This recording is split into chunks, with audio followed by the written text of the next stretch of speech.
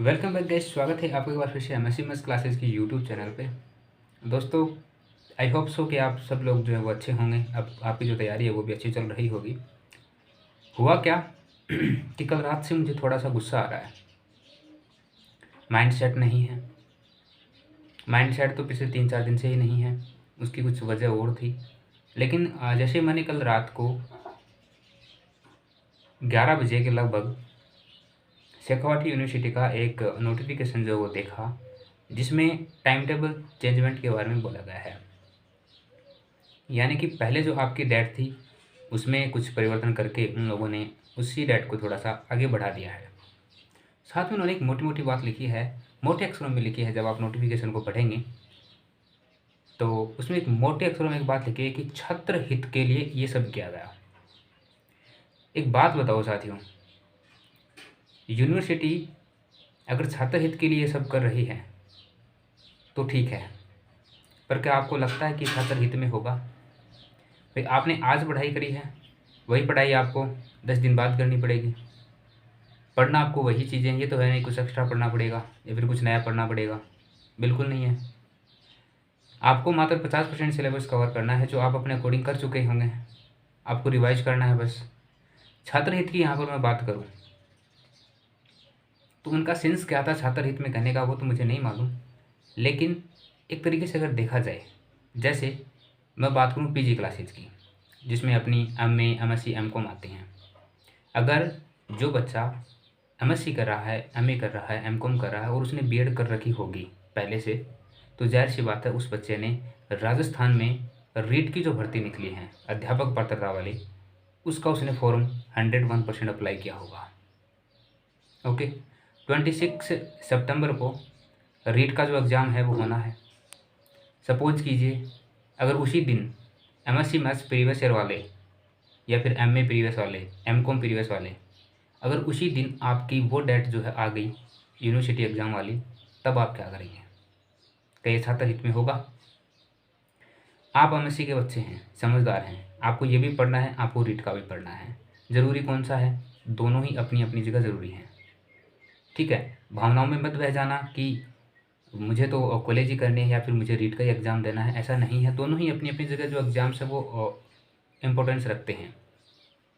Okay, आप में से कुछ बच्चे ऐसे भी होंगे जिन्होंने ये सोच लिया कि सपोज दैट कि जो राजस्थान के निवासी हैं उनको तो पता है, और जिन्होंने रीट का फॉर्म अप्लाई कर रखा है उनको पता है कि रीट जो है वो काफ़ी समय से इसकी जो एग्जामिनेशन डेट है वो बढ़ रही है, बढ़ रही है और बढ़ रही है। तो कुछ बच्चे अवसाद में आकर के उन्होंने, या फिर ये सोच करके कि पता नहीं एग्ज़ाम कब होगा, कम से कम एमएससी तो कर लें, एमए तो कर लें, एमकॉम तो कर लें, तो उन्होंने जल्दबाजी में वो फॉर्म फिल कर दिया। अब ये समस्या क्रिएट हो सकती है। 26 सितंबर का ही मैं जो सवाल है वो क्यों उठा रहा हूँ, उसके पीछे का एक रीज़न है। रीज़न क्या है? 18 तारीख, जो 18 अगस्त अपनी गई थी, मुहर्रम थी। क्या यूनिवर्सिटीज़ को नहीं पता था कि 18 तारीख को मुहर्रम है और छुट्टी करनी होगी? उन्होंने 17 तारीख को नोटिफिकेशन रिलीज़ किया। आई थिंक 17 को ही किया था या फिर 16 को भी किया होगा। और उन्होंने ये कहा कि 18 तारीख को होने वाला एग्ज़ाम अब पोस्टपोन किया जाता है, और कोई निश्चित डेट जो है उन्होंने वहाँ पे बता दी। मतलब अलग अलग एग्ज़ाम्स के लिए अलग अलग डेट उन्होंने बता दी, अलग अलग क्लास के लिए। ओके, तो यूनिवर्सिटी को नहीं पता था। मे भी हो सकता है कि यूनिवर्सिटीज़ को ये भी ना पता हो कि रीट के एग्ज़ाम भी है और 26 तारीख को एग्ज़ाम ना लिया जाए किसी बच्चे का। आपके लिए जो ज़रूरी है, आपके लिए जो ज़्यादा इम्पोर्टेंस है, आप उसको पढ़ेंगे, मुझे पता है। मैं भी उसी को पढ़ने की राय दूंगा। अब आप समझ गए होंगे कि आपको क्या पढ़ना होगा अगर आप रीट की तैयारी कर रहे हैं तो। इसके अलावा जो बच्चे यूजी क्लासेज में हैं, जैसे BA, BSc, BCom second year की आप मैं बात करूँ, तो वो बच्चे 18+ हैं सारे। अगर वो 18+ हैं, इसका मतलब उन्होंने रेलवे ग्रुप डी का फॉर्म अप्लाई किया होगा जो 10th बेस पे था। एसएससी एमटीएस का क्या होगा, राजस्थान हाई कोर्ट का क्या होगा, और भी अदर एग्जामिनेशन जो 10th लेवल बेसिस हैं, और 18+ जो भी बच्चे हैं उन्होंने फॉर्म तो अप्लाई किया है। मोटी मोटी मैंने बातें की हैं।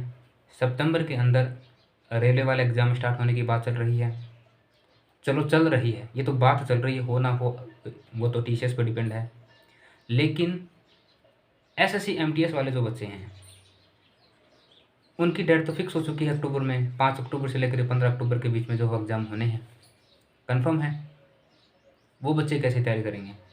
1.5 महीने का टाइम उनके पास पूरा नहीं बचा है, 30 से 35 दिन अप्रोक्सीमेट बचे हैं। क्या वो कौन सी तैयारी करेंगे वो बच्चे?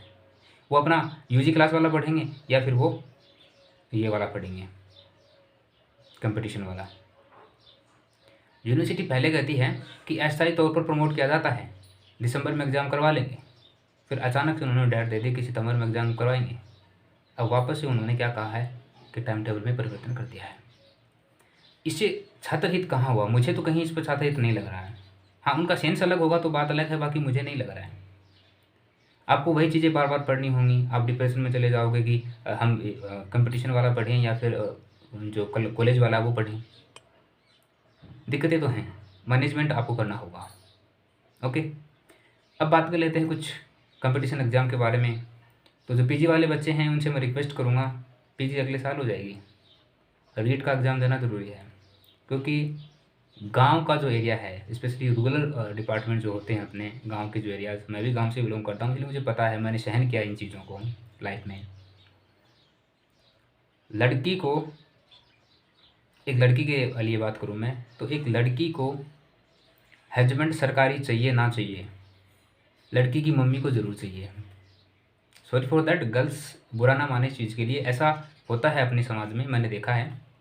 दूसरा, अगर लड़के के सेंस में बात करें तो लड़की संस्कारी हो ना हो, गवर्नमेंट एम्प्लॉय हो ना हो, कोई काम वाम करती हो ना हो, पर लड़के के पापा को लड़की संस्कारी चाहिए, काम वाली चाहिए। ये आजकल अपनी सोसाइटी में चल रहा है, मैंने देखा है, ट्रेंडिंग में है। इसके अलावा दहेज की जो एक कुप्रथा है उसको तो आजकल थोड़ा सा नज़रअंदाज किया जा रहा है, क्योंकि लेना सभी चाहते हैं, बस वो बोलना नहीं चाहते हैं। ठीक है, और कुछ बोल भी देते हैं कि हमें कुछ नहीं चाहिए, लेकिन फिर भी लड़की के पापा या पेरेंट्स जो हैं वो उसके लिए कुछ ना कुछ कर देते हैं। जनरली जाहिर सी बात है, वो करते हैं। ओके, अब बात यह है कि मैं बॉयज़ के लिए एक स्पेशल रिक्वेस्ट करना चाहूँगा। देखो, आप लड़की वालों को मना नहीं कर सकते कि हमें शादी में कुछ नहीं चाहिए। आप मना भी कर देते हैं, लेकिन फिर भी वो देते हैं, आप ले लेते हैं। ओके, लड़के वाले क्या कर सकते हैं? जब से कोरोना की मार बढ़ी है, आपको पता है घर घर की कंडीशंस जो है वो काफ़ी ज़्यादा वीक हो चुकी है।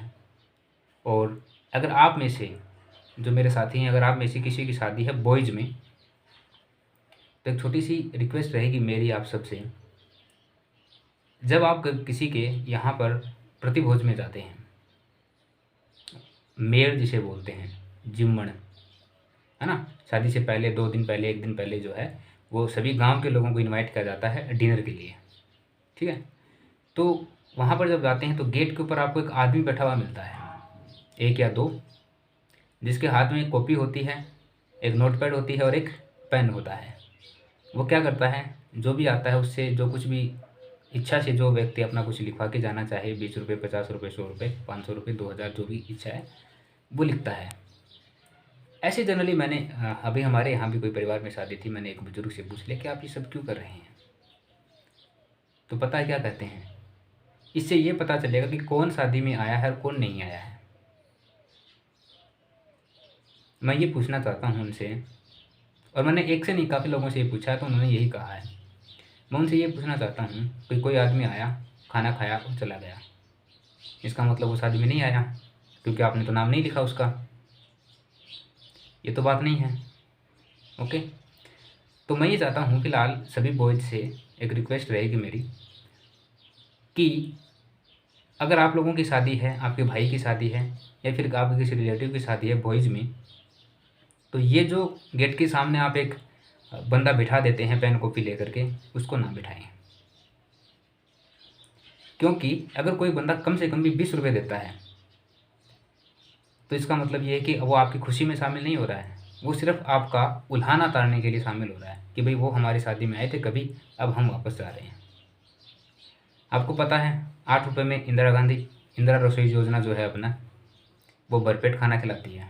16 रुपये में दोनों टाइम का खाना खा के आ सकते हैं, और वहाँ पे सिर्फ 20 रुपये में एक टाइम का।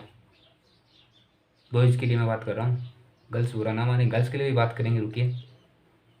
ठीक है, तो आपसे रिक्वेस्ट रहेगी कि प्लीज़ आप ये चीज़ें जो है ना एक बार बंद कीजिए। ठीक है, अगर आप अपनी खुशी में उन्हें शामिल कर रहे हैं, आप उन्हें डिनर इनवाइट कर रहे हैं, तो इसका मतलब ये नहीं है कि आप उनसे कुछ लें। ठीक है, एज गिफ्ट वो कुछ देना चाहते हैं, वो बात अलग है। ठीक है ना, वो गिफ्ट लीजिए आप। आजकल तो ये तक हो रखा है कि अगर कोई बंदा गिफ्ट लेके आता है तो उसकी शादी के एल्बम में फ़ोटोग्राफ मिलेगी आपको, अदरवाइज़ नहीं मिलेगी। ओके, बात करते हैं लड़कियों के बारे में। ठीक है, गर्ल्स के लिए कन्यादान होना बहुत ज़रूरी है, होता आया है, कर लो। ठीक है, तो लड़की की शादी में ये चल जाएगा, क्योंकि वो जो कन्यादान मिलता है वो पापा कभी अपने पास नहीं रखता है, क्योंकि वो लड़की के लिए इतना सब कुछ कर रहा होता है, तो वो उन पैसों का क्या करेगा। 20,000, 25,000, 50,000 आ जाएंगे ज़्यादा से ज़्यादा, 60,000 आ जाएंगे, लाख रुपए तो मैंने तो आज तक सुना नहीं किसी का, आया होगा पर मैंने नहीं सुना है। ठीक है, तो वो उन 20-30 हज़ार रुपये का क्या कर लेगा। तो वो अगर एज ए लड़की, मतलब लड़की की शादी हो रही है, कन्यादान के तौर पर वो जो पैसे आ रहे हैं वो एक पिता लड़की के खाते में डलवाता है, उसे ही देता है। वो उन पैसों को घर पे काम में नहीं लेता है। ओके, तो लड़कियों के लिए ये चीज़ें चल सकती हैं, पर बॉयज़ से रिक्वेस्ट रहेगी प्लीज़ आप कुछ कीजिए। अगर आप अभी से अपनी जनरेशन को सुधारना कोशिश करेंगे तो मे बी कि ये चीज़ें सुधर सकती हैं। ओके, और एग्ज़ाम जो है वो आपको पता है कि अब तो तैयारी आपको अपने हिसाब से करनी है, मैं भी टाइम टेबल बता दूंगा तो उसका भी कुछ नहीं होना है। और ये शादी वाली बात इसलिए चली थी क्योंकि वही है, अगर आप रीट में सेलेक्ट हो जाते हैं तो आपके सारे काम सही होते चले जाएंगे, आपको समाज में भी एक अच्छी नज़र से देखा जाएगा, और जो आपकी रिस्पेक्ट है वो दोगुनी हो जाएगी।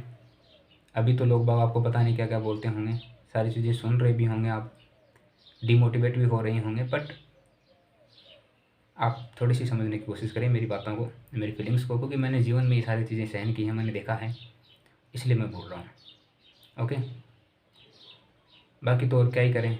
अगर यूजी वाले की बात करें, BA, BSc, BCom second year वालों की, तो वो भी अपने जो एमटीएस का जो एग्ज़ाम है उस पर थोड़ा सा और ठीक ठाक फोकस करें, ताकि छोटी सी उम्र में अगर जॉब मिल जाती है तो मे भी उसको सेटल्स होने में दिक्कतें नहीं होती हैं। ठीक है, तो try to understand for my situation and जो मैंने बोला है उस चीज़ों को। ओके साथियों, तो ठीक है, ओके, अपना टाइम टेबल जो है वो अपने हिसाब से सेट कर लीजिए और पढ़ते रहिए कंटिन्यू। तो आज के लिए इतना ही रखते हैं। Thank you so much, bye bye, take care.